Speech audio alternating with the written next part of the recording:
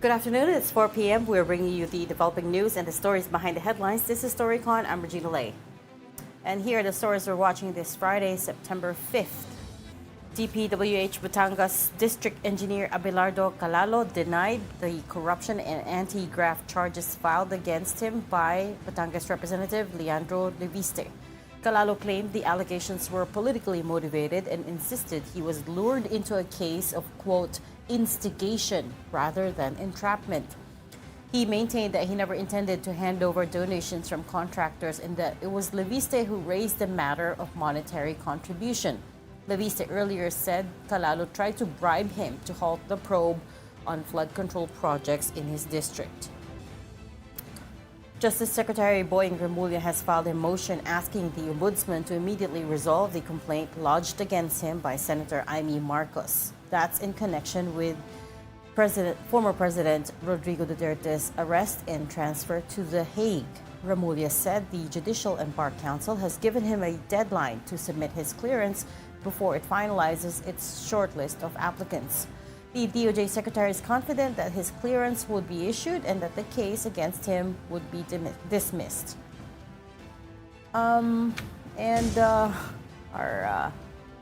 Our machine hung there for a little bit, but multiple groups once again staged a protest outside the Discaya family's St. Gerard construction compound in Pasig City today. The groups called for accountability over alleged ghost flood control projects.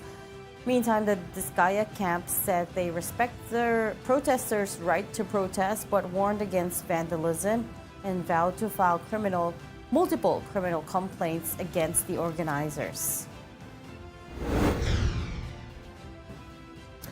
Public Works Secretary Vince Dizon has asked the House Committee on Appropriations for a week to review his agency's proposed 2026 budget of 880 billion pesos. Dizon said he will focus on addressing inconsistencies pointed out by the lawmakers, including funding for flood control projects. He is likewise open to possible realignments and emphasized that the DPWH budget will undergo sweeping charges. Inutusan na po ako ng ating Pangulo na irepasuhin at kung kinakailangan baguhin ang buong budget ng DPWH. So yan po ay sinabi ng ating Pangulo nung Miyerkules at yan po ay gagawin ko. Hihingi po ako ng panahon kahit isang linggo man lang para repasuhin ito at ayusin. At kung kinakailangan, bawasan. Dizon also says that each of the officials in the DPWH Central Office have turned in their courtesy resignations. 3 have already been dismissed, including, of course, for former Bulacan 1st District Engineer Henry Alcantara. The DPWH has found Alcantara guilty of administrative charges that include grave misconduct, gross neglect of duty, and conduct prejudicial to the best interest of the service. And as always, joining us today, we've got StoryCon's resident and sometimes elusive political pundit, Ronald Llamas. Good afternoon, Reg. And hindi ba si Ami? Nakailang days ka today? Dalawa lang absent ko. Busy, ah. What's going on? Kahapon at saka Wednesday. What's going on behind the scenes? I will extract it out of you later. And also from the Philippine Star, we've got Editor-in-Chief Ami Pamintuan. Hi, Ami. Hi, Ami. Hi, Reg. Ano daw nangyayari behind Happy the scenes? Friday. Ami, ano daw nangyayari behind the scenes? Sabi ni Reg. Si Ronald, Aling issue yun. Aling issue. Napakarami. the flood control, because Napakaraming behind the scenes. you know, every time mag-absent si Ronald for a stretch, he's cooking something May nangyayari, no? Diba? May nangyayari behind the scenes. May So, rally ayaw naman. niya sabihin sa akin, May mga rally naman ngayon, Di ba? sumali ka. Oh, pati sa House, ha? Pati sa Yes. House May of mga rally naman Representatives. May rally. During the Meron na rin. DPWH budget hearing, right? Although hindi siya... Next week yata sa Senate naman. So, Although dati nang may mga protesta sa Senado, di ba? Oo. Anti-corruption. Pero ngayon, baka banatan yung mga Blue Ribbon. This is Oo nga eh. part organized by Akbayan. Part. No? Isa lang kayo sa mga groups. Isa lang. And kumusta naman yung turnout today? Okay naman, dahil nagsuot sila ng mga costumes ng multo. Di mo ba nakita? Costume nila mga multo. I think we have that Tapos, footage. If we may could mukha run. ng mga contractor. Di ba? Oh, if we could run Gusto mo, the... mukha ni Manny Mugato lagay natin. Nakakatakot yun. Kawawa naman si Pero Rose. walang vandalism. Yes. So si Congressman Shel Jokno was very particular about that, telling us na Walang kwan. ikaw din, sinabi mo, you wanted to clarify na yung groups na Ng bato. inorganize ng Akbayan ay Peaceful kami. peaceful or yun, Organized. No? this is from Decent. this morning. Ayan o, yung multo.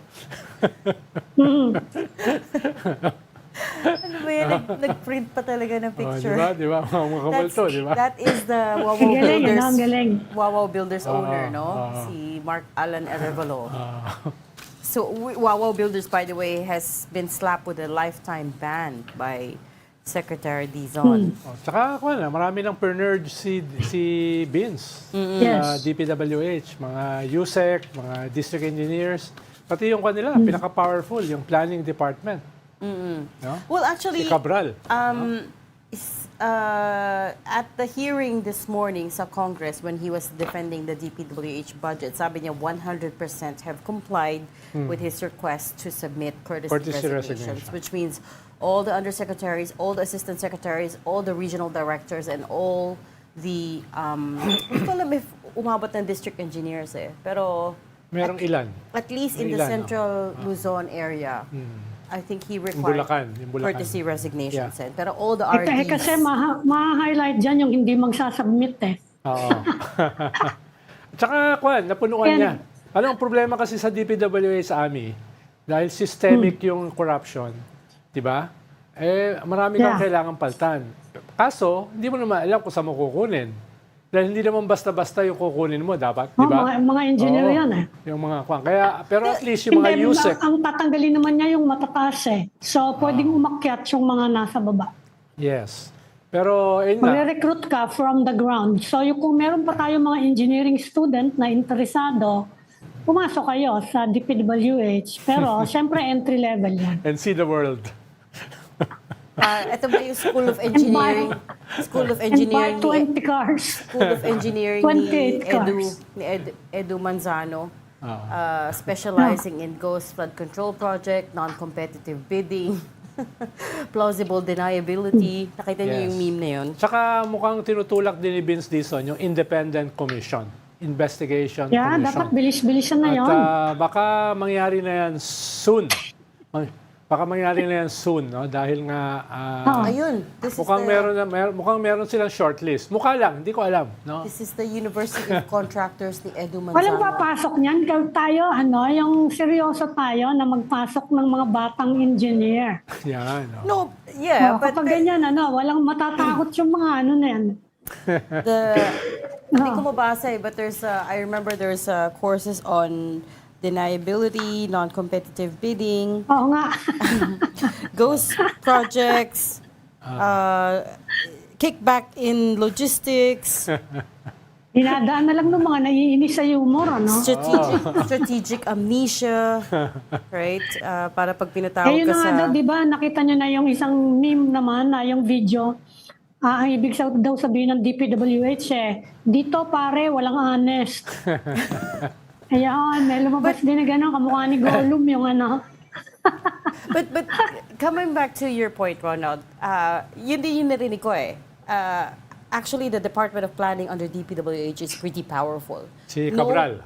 No project gets past that department, Yes. right? Pinaltan na yun. Oo nga. Pero give us a sense of how powerful that agency, that department is. Ayun nga, parang merong approval ko yun powers. No, official or unofficial. No? At siya yung linchpin. Siya yung nagtatahe sa lahat. Di ba? Kailangan mo ng linchpin dyan Dahil hindi naman lahat yan alam ng cabinet secretary. No? Pero ang hirap ng trabaho ni Vince dahil practically several agencies ang pinapatakbo niya. Dahil siyempre, pacing out siya sa DOTR, USEC na yung pumalit, syempre sa kanya pa rin hihingi ng advice yun. Yung gagawin. Tapos, hindi pwedeng slow burn sa DPWH. Dapat quick burn yan. Sabi nga niya, hindi na kami matutulog if we need to. Oo. Tapos at the same time, tumutulong din naman siya sa media. Dahil marami sa mga appearances ng presidente kasama siya. Diba? Correct. Oo. So, Sa optics. it's not a simple job. It's Yung a very, pinapasok. very difficult job. Natutulog Oo. po ba siya? Well, kunyan marathoner yan Tsaka biker yan. So he's Oh, used to the hustle, the grind. Yes. Kasama yan ni Mayor Bacalong na nagbabike. Tsaka, So, healthy naman siya. Healthy Siguro. naman siya. That's good to Tanungin hear. natin yung guest natin. Okay. Yan. Let's, our first guest for today, we've got somebody very familiar to Ronald, former DPWH Secretary Rogelio Babes Singson. Good afternoon, Secretary. Thanks for joining us here on StoryCon. Good afternoon, Idol. Good afternoon sa Hi, inyo. Secretary. Good afternoon, namin. Good afternoon, Sec Ronald. Sakit sakit taga DPWH ako. Lahat ng naririnig ko sa inyo. Oo nga, sapat pa kayo. Masakit, Tatanong ko sir. sana yun, being a former secretary, ano po nararamdaman nyo? Puro, you're the butt of jokes now. Oo nga Dati yung agency, ha? Yeah, that's why I had to stand up and come out in the open because I feel na meron pa namang magagaling dyan sa DPWH. Pero mukhang bakit hindi yata sila naririnig? Or are they pushing, anong nangyayari? Natatabunan sila nung Parang ang tingin kasi ng mga tao, mas marami yung masama kasi otherwise, we won't have this scandal in our hands, di ba? No, what happens there is people get absorbed by the system, no? Pag siyempre, nasa isang distrito, alam nila, nangungurakot si ganito, si ganyan. Kami, sali na rin kami riyan. Alam nga naman kayo na makinabang. So, that I think is what happened here. But as I mentioned, I've been discussing this with the Sec Vince, about what are the immediate things that he can do. I'm happy that he started cleaning house, because sabi ko sa kanya, napakaliwanag naman yan. Sino nag-approve sa district? Sino nag-inspect? Sino nag-bid? Sino nag-inspect? Sino nag-final payment? Lahat yan may paper trail. No? Hindi naman lalabas yung perang walang nag-approve dyan. So, I'm happy that he started sacking people and clearly, many are at fault. Lalong-lalo na sa probinsya ng aking kaibigan na si Joel Villanueva. Secretary, paano po yan kung hihingi ng unsolicited advice si Secretary Vince Dizon? Dahil medyo parang dami pido, dami pidon situation. Kailangan mo talagang linisin yung institusyon. Paano yun? Yun ang order ng presidente. Yun ang hinihingi ng tao Yun yung very compelling evidence at this point. Pero at the same time, kailangan mo ipagpatuloy yung mga big ticket projects. No? Pwede mo bang gawin lang sabay yun? Paano? Kailangan mo linisin Tatanggalin mo yung mga nag-i-implement ng big ticket projects. No? Pero at the same time, kailangan mo linisin. No? There are a few things immediately you can do. For example, yung mga projects na ginagawa since 2022, 23, meron pang mga warranty bonds yung iba dyan that are still valid, no? So, kung makita niyang sa laula na yun, hold na yun. Yung Kumpiskahin na. No? Kumpiskahin na yung bond, no? The other thing is, ako ang itatanong, actually, nagme-meeting naman kami. No? In fact, we'll be meeting very soon about some additional suggestions. No? And hindi lang naman ako, kumukonsulta din sa iba. Especially the other person he officially mentioned was Secretary Ping De Jesus, taga DPWH din. No? Yes. Yeah. Dati niya kasama sa BCDA. That's correct. So, ang isa dyan, I wouldn't mind kung may mga projects na hindi pa naumpisahan. I would enter into memorandum of agreement with the LGU, members of the LGU for good governance, and pa-execute ko sa kanila. I'm sure they'll do it cheaper. Yeah. Pero, Secretary, siyempre yung mga matatanggalan ng budget o matitigil yung mga proyekto, magsasampa ng court ng mga kaso yan sa korte. So, ibig sabihin, hindi ganun kabilis na maisasara yung mga yan, di ba? Dahil magka-counter yan eh. Halimbawa, yung abogado ng Diskaya, nagtrete na kung makukuha yung kontrata nila, magsasampa sila ng maraming kaso. So, Welcome yun. Tignan natin kung saan sila pupulutin. Secretary, nakita niyo naman yung mga nabanggit na yung mga MO, yung mga schemes para magkaroon ng corrupt deals diyan sa department. Yes. Matagal din kayo nagtrabaho. Sa tingin niyo, gaano katagal na 'tong mga schemes na to ongoing? Kasi sa akin maliwanag. Unang-una, maliwanag yung usapan dyan sa Kongreso. I had the good support of Senate President Frank Liron. And I had the very good support of House Speaker Belmonte. Belmonte. No? So, maliwanag yon. O, ito lang ang programa ko, sabi kong ganon. Pag nagsingit kayo dyan, naglagay kayo ng project na wala dito sa pinag-usapan natin programa, kahit ilagay nyo dyan, hindi ko i-execute. Maliwanag. May ganun kayong usapan, no budget insertion sa projects? Wala.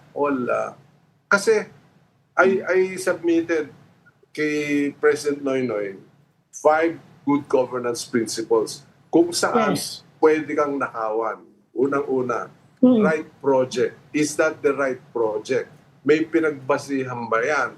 Ano bang studies na ginawa dyan? So, pag insertion yung wala lahat yon, no? So, hindi right project siya. Pangalawa, right cost. Binid nyo ba ng tama yan? Ano? The only way you can find whether it's a right cost is ibid mo ng tama. Competitive bidding, walang favored contractors. Kahit sino pang contractor, favored contractor ni Ponzo Pilato yan. Hindi ko tatanggapin yan. Mag-participate kayo. Pangatlo, right quality. Ibig sabihin nun, hindi pwede yung ako na yung nag-approve, ako na yung nag-inspect, ako pa yung magtatanggap, ako pa pagbabayad. Where is the check and balance there? So ako nag-engage ako ng third party. At ang mahalaga yung citizens' participation. Kasama simbahan dyan, kasama mga preachers, community leaders. Sabi ko sa kanila, etong project na to, depende sa inyo. Kung sa laula ito, perwisyo kayo. Kung maganda kayong makikinabang, pera ng bayan to. Kaya tulungan nyo kami bantayan yan. No? So, right quality, right on time. Huwag naman yung ghost, may half ghost pa. Alam niyo ba kung ano yung half ghost? Ano yung half ghost? Yung half ghost, Ano yung half ghost? yung dati nagtapos, taon-taon pinopondo ang the same location. Half ghost pala yung dating tawag. Dati na pala yung scheme na yon. So malaki palang bagay talaga, Secretary, yung budget insertions sa mga nangyayari ngayon. Oo, kasi apparently when I talked to Secretary Bonoan before he left, tapusin ko lang, yung panlima is right people. Critical yon yung right people, yung 5 hours na yun. Okay. So, ngayon, sabi niya sa akin, kasi tinitignan ko yung GAA at saka NEP, meron diferensya, sabi mo na, round off, 200 billion. But apparently, what happened in 2025, hindi lang yun 200 ang maliwanag na insertion, pati yung regular program nila ng mga 880 billion, tinanggalan ng about 250 billion. So, ang lumabas na insertion, 450. In relation dyan, Secretary, paano? Sa ngayon kasi, ang nade-demonize itong mga insertions na dapat lamang. Pero ang sabi naman ng mga ilang LGUs na nakausap namin, may problema rin yung NEP dahil hindi daw na sila nakonsulta. Kaya pag bumapagsak sa proyekto nila, hindi nila alam kung ano itong mga proyektong ito.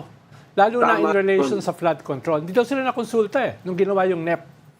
Kaya sa akin, Sec. Ronald, importante yung citizens' participation. And that includes LGU. Pero yung iba naman dyan, denial na lang yun. Dahil for any construction there, maliban lang kung pumupunta sa kumukuha ng building construction permit yan .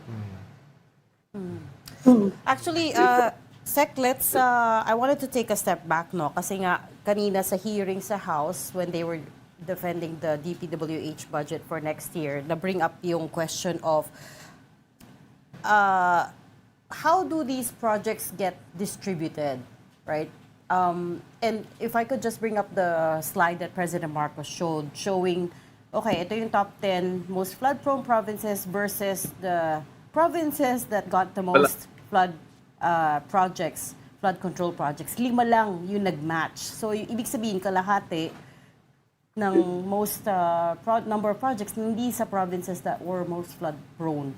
What did you think of this? And I saw that. It's skewed. Walang ibig sabihin yung NOAA flood-prone areas. Hindi tinignan yan. Did not matter in the determination of where flood projects are concerned. Let me explain. That's why I've always advocated river basin solution. No? Hindi pwede yung political jurisdiction. Kasi yung river basin, from upstream to downstream, hanggang dagat. Pag naglagay ka ng political jurisdiction na dike dito sa gitna, paano yung susunod na ulan?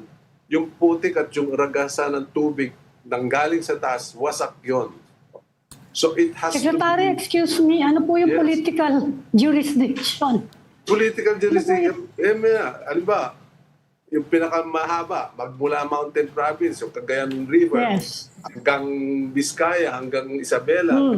So, pag political jurisdiction, ilan ibig sabihin ko, ilang distrito ang nakasumisik dyan. No? Yung political jurisdiction does not solve flooding. It does not solve that much, I can tell you. Kaya hindi pwede yung hati-hati, dredging dito, dredging dyan, dahil hiningi ni Congressman. Wala sa aking budget yung ganun. In relation dyan, Secretary- Wait, sorry. Tapusin ko lang yung train of thought. So, in your time, how did you calculate, how did you determine which provinces got what projects? May totoo bang may formula dito? Walang formula yan, no? Ako, colorless. Alam ni Ronald yan. Wala akong partido dyan. Ang sabi ko lang sa kanila, pag kailangan, yung national roads and bridges, it doesn't matter who is the sitting politician there. Wala akong pakialam dyan. Basta kailangan kong tapusin itong national roads and bridges. Dumating ako dyan, merong mga bridges na kahoy pa on a national primary road. Paano ka? No? So, pakiusap ko dun sa mga may kulay, huwag niyo akong pakialaman. No? Kung hindi ko matatapos itong programa. So, Yeah. Ngayon, pangalawa, meron kaming yung flood control nga. Kaya dinevelop namin yung master plan. No? Para ganon, meron kang sinusundan. Saan ka mag-uumpisa, saan ka tatapos. No? Ang dredging dyan, nag-uumpisa sa mouth of the river. Hindi pwede sa gitna. Yeah.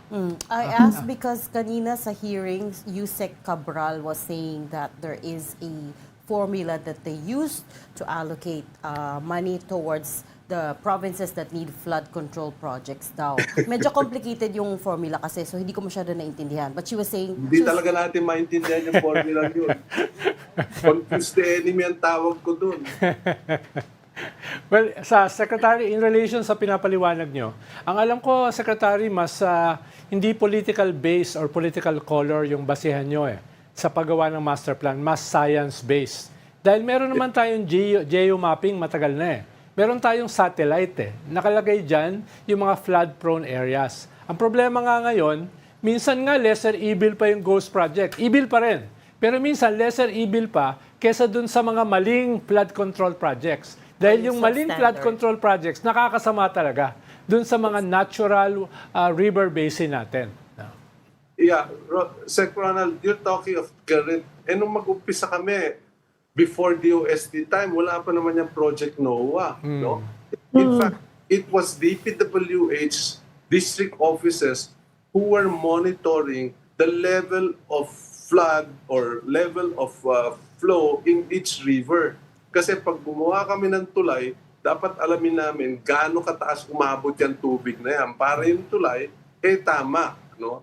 So, during the time of Secretary ng DOST, we shared information. That's where they started. They took over that because sabi na may satellite na kami, meron na kaming mga more advanced technology that will determine the flow of the river. In fact, now, based on predicted volume of rainfall, they can tell us exactly how high Pasig River, Marikina River will go.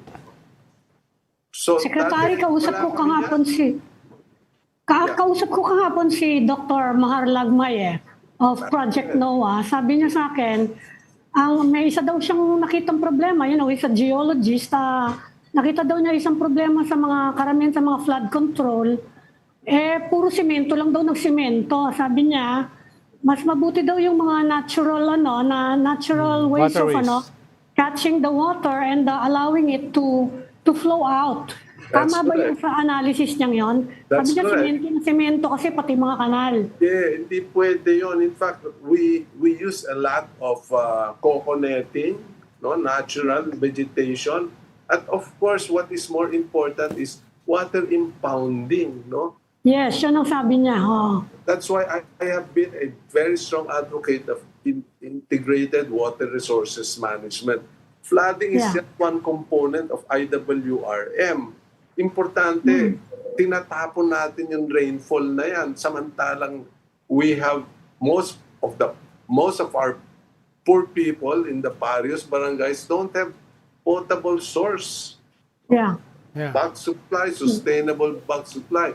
Tapos pag tagtuyot, walang irigasyon. Tinapon kasi natin lahat yung tubig. Yeah. And to me, let me explain. This is the cycle of destruction brought about by the flooding. Okay. Unang ragasan ng flooding, sinira lahat yung topsoil ng farmlands. Tinapos ngayon sa ilog. Okay. So yung ilog ngayon silted. Ang susunod na ulan, bago nila ma-restore yung productivity ng farmlands, nag-inject ng chemical fertilizer. Okay. Susunod na ulan, yung chemical fertilizer na ang ibinato sa ilog. Okay. So yung chemicals na yan, dalahin yan sa mouths of this river or oceans, then you destroy your fishery resources na. So you just don't impact yung farmlands, but you also impact your fisheries. So ulit-ulit yan. Magkano na yung ginastos natin? Lahat yung ginastos na yan, I will not spend half of it. I could have solved the master plan of our 18 major rivers. Mahalaga yung sinabi nyo, Secretary, na isang mahalagang component ng flood control is water impounding. So how Yes. do we go about it? Halimbawa, ang Japan kasi, meron silang huge cisterns kung saan That's 70% ng kanilang rainwater na nakukuha nila at nagagamit nila as potable and agricultural water. Tayo, anong gagawin natin? Paano? It takes time to build that. Hindi ba pwede yung Laguna Lake as a natural water impounding? No, hindi lang. You have 18 major rivers in the country. I'll give you a clear example of what we were able to achieve. Halaur Dam or Halaur River Basin in Iloilo. Because we had very good relationship, pagkadaling kausap yung mga leaders doon, isang kompas na pagawa. Okay.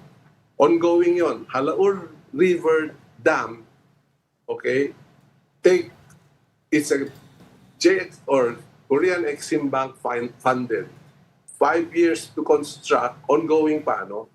But once that's completed, it will produce 28 cubic meters per second. Just to give us an idea of that scale. 28 cubic meters per second is how much Maynilad water distributes to half of Metro Manila. Ganong karami yon. Wow. So, 5 years, 15 billion yung cost. So, isang taon, 3 billion lamang. Okay? Magkano yung budget ngayon sa isang taon? 350 billion. Ilang Halaur Dam ang magagawa mo? But Sec, why wasn't a master plan done years ago? Right? We keep talking, even now we keep talking about master plan. There We was. completed the master plan. Hindi ko naman inuwi yun, ano? Iniwan ko sa DPWH yan. It is there. Pero Except that the next administration did not touch it. pero hindi po na-start during your time. It also wasn't started. We started. Pasig Marikina is part of the river basin that we worked on. Tignan nyo nga yan, we had to clear the informal settlers. So nag-start naumpisahan yung Pasig Marikina pero hindi na continue is what you're saying. Yeah, Hindi may natuloy. kulang pa yan. Dapat kasi may impounding yan somewhere in San Mateo. No? Unfortunately, hindi tuloy-tuloy. No? Pero may pera naman. Yun ang nakakalungkot dyan. Again, Secretary, moving forward, anong pwedeng gawin sa NCR? Paano, dito yung pinaka-dramatic, yung mga nakikita nilang flooding. Just last week Mother Ignacia, lampas tao. No? Ateneo, pinasok ng tubig. Teachers Village na hindi binabaha, binaha. So, yung kasi yung very, very graphic NCR. So, what can be done here in terms of flood control?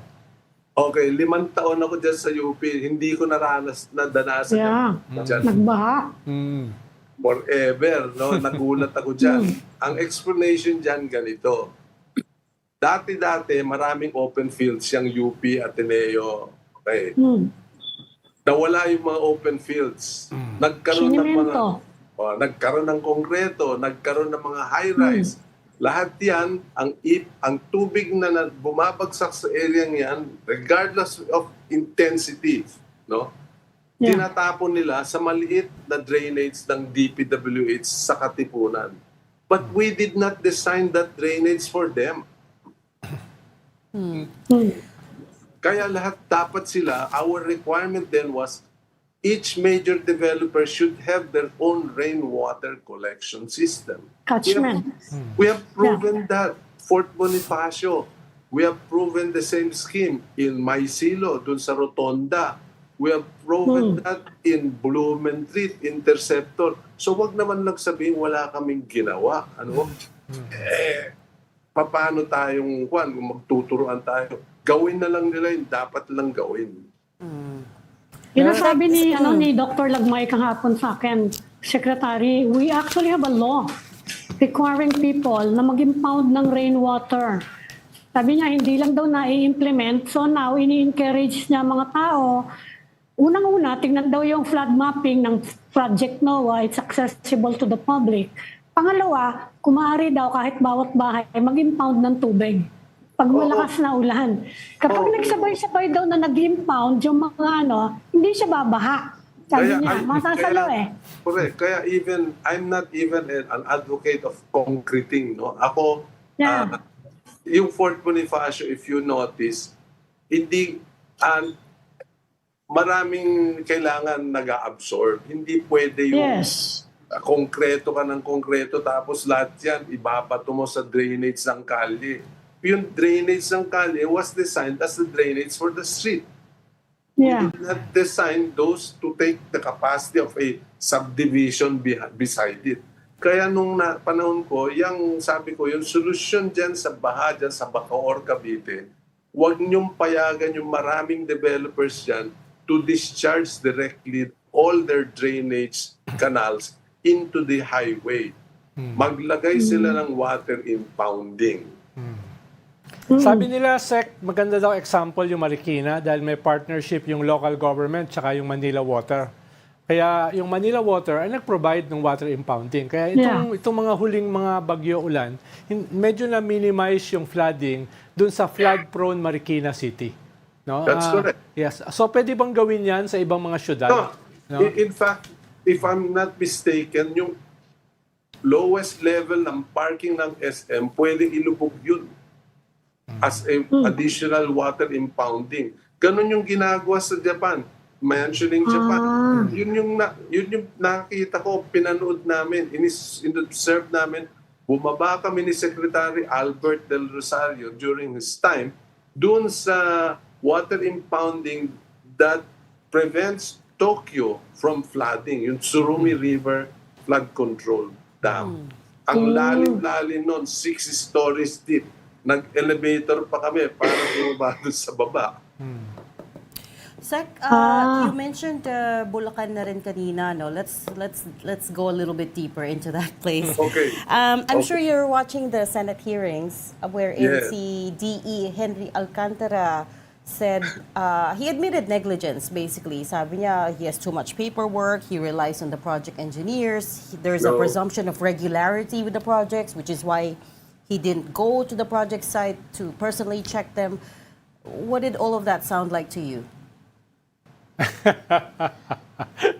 Sinisi niya yung iba, maliban Help sa us sarili. understand what his role should be here. District Ano ba engineer, talaga role ng district engineer?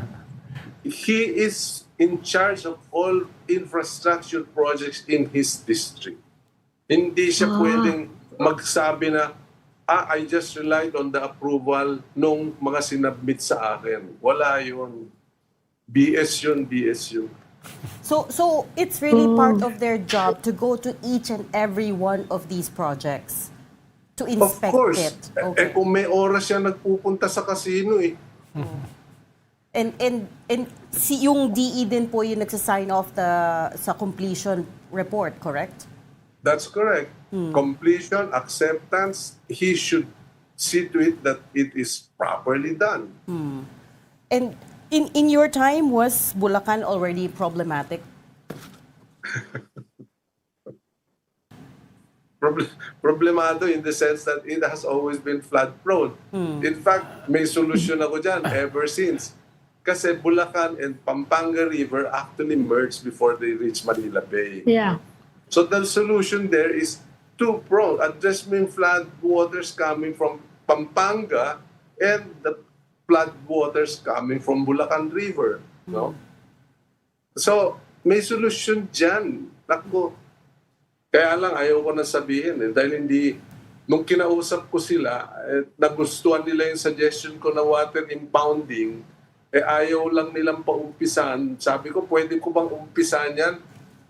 Sabi na, oo, gusto namin yan. Maglalagay ako ng water impounding in its congressional district. Ang sabi ko sa kanila, pwede ba gamitin ko yung 10% ng pork barrel nyo? Doon na kami nag-agree. Wala na. Din. Punta daw ako kay Presidente. Aray ko. Do you think At Secretary, yung recently nagkaroon ng yung really terrible flooding along the NLEX. Ano ba yung nangyari doon? Hindi Sabi makalabas. kasi ng mga tao ron, hindi naman daw nangyayari dati yun doon sa, NLEX mismo. Pero ngayon, sobra-sobra daw. Hindi makalabas na yung tubig dahil silted na nga. No? At saka unang-una, kailangan dyan may mga tamang pumping system. No? At a week ago, dumaan ako sa Maysilo, no? Doon sa Mandaluyong. Never flooded after we were able to put the huge drainage under San Francisco street that leads to Makati Avenue, yung Makati Bridge. Nung inikot ko, nagulat ako, bakit baha dito? So, pagdating ko doon sa dulo ng San Francisco, the reason why it was flooded, hindi umaandar yung pumping station. Unfortunately, hati ngayon yan because all the pumping stations in Metro Manila are under the jurisdiction, maintenance, and operations of MMDA. MMDA. Kinuha ni Senator Tolentino yan. Wala sa amin. Wala sa DPWH. Secretary, more than a year ago, nandun kayo dun sa hearing sa Pampanga tungkol dun sa kanilang flood control. Kasama niyo yung presidente.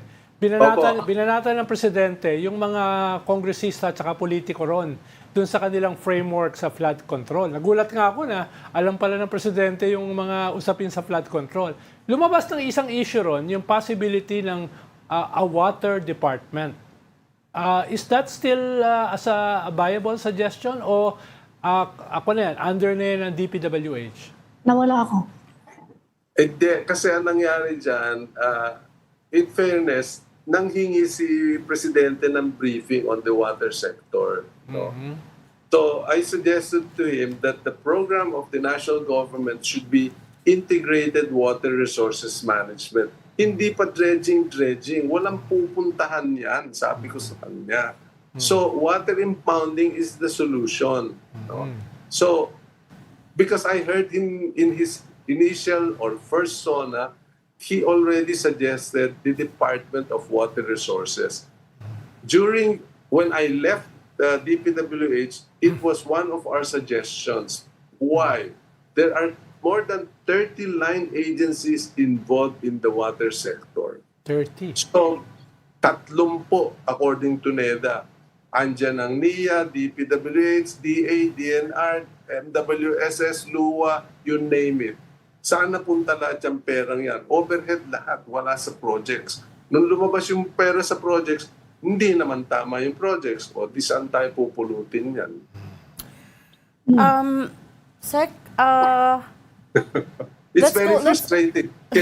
Can you feel my frustration? yes, we can feel your frustration. Let's talk about the contractors a little bit, no? So, at this point, everyone knows that the Discaya companies are, at least 2 or 3 of their companies are in the top 15 list of President Marcos's list of contractors, no? But today, the Philippine Center for Investigative Journalism, or PCIJ, also put out a report tracing how far back the St. Gerard construction went, right? And I'm sorry to point out, but actually even during your years, nandiyan na yung St. Gerard as one of top 10 contractors. Numbers 1, 2, 3, 4, 5, 6, 7. Number 7 sila in the list of top 10 contractors during the Aquino administration. This is Right. President Noy. What can you tell us about this? What do you know about this? Well, at that time, I had to trace back. No, at one point they were blacklisted. 2020. No. During my time, there was a period that they were blacklisted, and then because of tax, yung mga payment of taxes and incorrect declarations. No? But then, eventually, they were on the request. We lifted the blacklisting. No? So, if you try to trace back, hindi ko makita. Most of these are not, or the big chunks are not flood control. Mga kalye ito. Yeah. So, anyway, after the blacklisting was lifted, that was sometime March. So, nag-participate na uli sila for bidding in the 2016-2017 budget. Hindi ko na inabutan yung mga yon. This is sometime, so the blacklist was lifted sometime around March 2016 or 2017. That's correct. So they were not able to get awards from, I think, November 2015 to March of 2016. So they again submitted and participated in the biddings under the 2016-2017 budget. Because by 2016, July 2016 to December 2017, the first year of the Duterte administration, they became number 1 on the list. We also have that chart. The top contractors in the first year of the Duterte administration. This is courtesy of PCIJ. St. Gerard was already number 1 and Number one. cornered at least 12.3 billion pesos in contracts. But at that time, in your time, who was running St. Gerard? I believe it was the husband. Si Curly Discaya. Ano, Joselito ba yan, ang first name? Yeah, that's Curly. Curly. Yeah. Curly. Hindi ko alam kung sino si Sir Gerard. Sec Ronald, i-research mo nga. Kasi ang research ko nakakita St. Gerard is the patron saint of those falsely accused. So hindi Pasensya na, Secretary, hindi ako Arneo o Lasal. so Natawa ako na nakakita ko yun. so hindi niyo masyado kilala at that point. No, I never met them. No, because I don't socialize with them. My bawal policy yun. was I don't Bawal. accept dinners. I don't accept Yeah, invitations bawal yun. from contractors. If you want to see me, meet with me, pumunta kayo At sa my opisina. office. Andun ako ng alas 8. Pero don't even try inviting me. Outside. Never. Sec, baka patron Secretary. saint. Secretary, baka patron saint ni Senator Joel Villanueva yon. Hindi, Secretary, nakikita natin ngayon, this is a scandal over flood control, ano? Yeah. Sa tingin nyo, kailangan din nating tingnan yung mga road projects, bridges. Kasi yun ang sinasabi naman na iba, hindi lang yung flood control. Tignan nyo yung mga kalye natin. Yeah, I can imagine. Kung nag-umpisa na yan, all over the place, you will not be surprised to see again all of the anomalies popping up. 5 lang yun eh. Right project ba yan? Anong pinagpasiyan? Right cost ba yan? Ibit mo lang ng tama. Right quality. Huwag naman kayo magbabantay dyan. Pang-apat, yung right on time. Ang pang-5, right people. Alam ni Secro, nagtanggal ako ng 20% when I came in. Easily 20%. Sinabi nila, I had to change the culture of the organization. Kaya sabi ko kay Vince, huwag kang matakot. Ginawa ko na dati yan. Pero hindi ba sila civil service eligible? Ay, Di ba wala you have to akong remove them for pakialam cost? Wala akong pakialam doon. Parang it's emerging now. The one positive thing that's come out of this is people are realizing just how deep the problem goes, the systemic rot. Kasi I think most people think, yung pinaka-corrupt agencies would always be BIR, BOC. Those are the most problematic, right? What we're seeing is like... Tatlo kami malala. nagko-contest dyan. Tatlo. BIR, Customs, DPWH. Yeah. Ngayon, now we know. We know. Pero nung panahon yung Congress. Nung panahon ko, natanggal kami doon, ha? May pumalit sa amin. Congress. Secretary, paano lumalabas ngayon yung proposal ni Senator Ping Lacson, proposal ni Senator Soto, Kiko Pangilinan, at ngayon, sinasang-ayunan ni Presidente at saka ni Vince Dizon, itong Independent Investigation Commission. No? Kung kayo ang pipili, saan nyo kukunin yan in a situation na systemic yung corruption? At the same time, yung ilalagay nyo dyan, yung nauunawaan nyo nangyayari. Dapat independent, no? Ako, kung kukuha ako dyan, mga babaeng matatapang. Ang dami.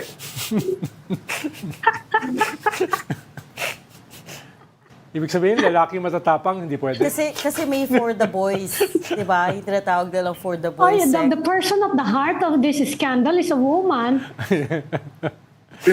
Wala akong sinasabi dyan.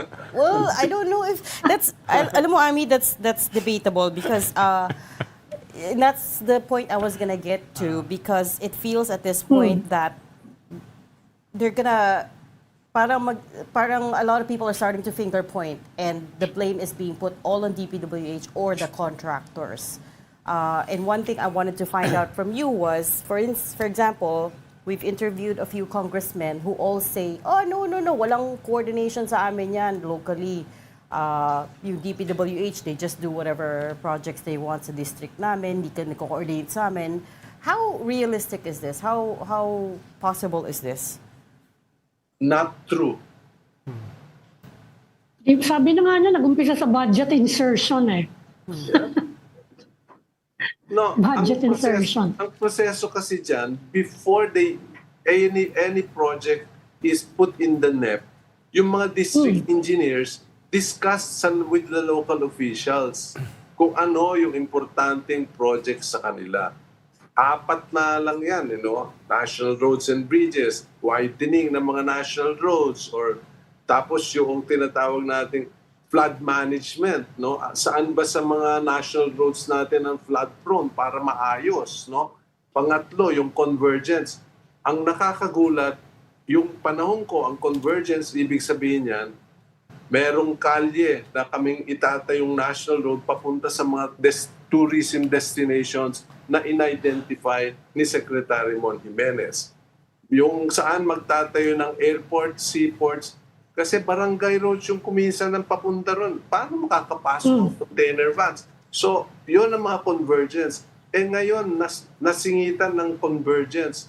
Ang pangalan nila, flood mitigation projects. Hindi sa flood control, nasa convergence. But coming back to my point, so hindi talaga posible for DPWH just go ahead and start excavating without clearance or at least pasabi man lang, timbre man lang sa local officials, correct? O meron kang construction permit eh.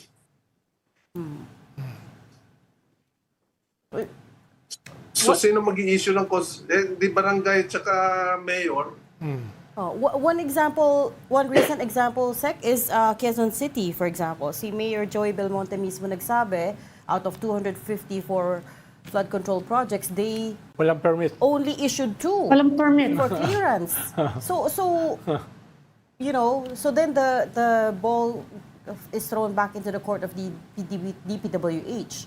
Tama yun. It is the responsibility of the district engineer, district office, to make sure that all the contractors comply with these requirements.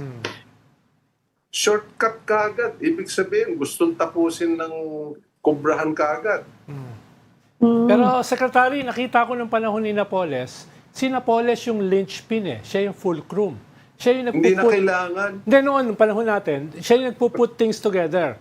Yung mga congressmen, yung mga LGU, yung DPWH, yung media, pati media eh. Hawak ni Napoles eh.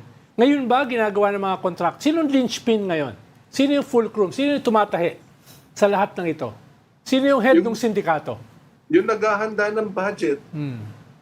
So, gobyerno. Budget talaga. Gobyerno. Budget. Wala siya dito eh. In Napoles, may middleman pa, makikisosyo pa yun. Tayo-tayo na lang. At saka, yung mga contractor ngayon katulad din Napoles, politiko na rin eh. Nananalo na. Oo nga. Hindi, Secretary, paano yung hindi ba meron kayong mga criteria for accrediting? Puro lang ba yung PICA bang ang nag-accredit ng contractor? Ang pagkaintindi ko dati, it has to be the DPWH, di ba? Ano na ba sistema ngayon? No, the pickup just gives a certification kung anong Kung pwede mag-bid. At saka anong Yeah. category. Hindi naman kahit anong lisensya, pwede kang mag-bid ng 5 billion. Yeah. Hindi pwede yun. Kaya doon pa lang, violation ka agad eh. How can a 250,000 build-up capital Yeah. have 6 billion worth of projects? Mabubulunan naman siguro yun, no? At tapos sasabihin ni Diskaya, I have 200 engineers for 400 plus projects nationwide. I work in an engineering company. Mas marami. Nagulat ako. Kinantsawan ko yung mga kasamahan ko sa EDCO. Mas marami pala tayong engineers kaysa sa kanila, pero laki ng projects nila. That's what's Cannot be. In other words, each project requires a project engineer, resident engineer. No? Hindi lang yon, merong Wala ako. inspector, meron. So hindi pwedeng ganong karami ang projects at ganong kakonti ang engineers. Staffing. Yeah. yun na nga eh. That's the other thing that's coming out, Sec. The other one that is very glaring is the model of subcontracting. Sa akin, bawal yung subcontracting as a business model. Kung ikaw ang nanalo, I want to see your equipment, I want to see your personnel on ground, pati equipment mo, pati resibo mo. Hindi pwede yung may nanalo, tapos isa subcontract niya kung sinong gustong kumuha at 70% less the awarded price. Hindi pwede yun. Oo nga eh. That's the other thing that's coming out through these hearings, no, Sec? Pati sa PCAB, maraming problema. There's a lot of corruption. Okay, we have to leave the conversation there for now. We've run out of time, but thank you so much for talking to us candidly today, former Public Works Secretary Rogelio Babe Singson. Maraming salamat, Thanks, Secretary. Thank you, Next time Secretary. ulit. Next time ulit. Namimiss ko yung BS mo eh. Sorry hindi ko na pigilan. We have to bleep it now.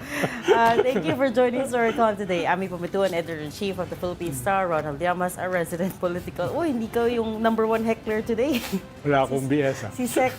Join us again Monday, 4 p.m. for Storycon. I'm Regina Lay. We are One News, all sides, all the time.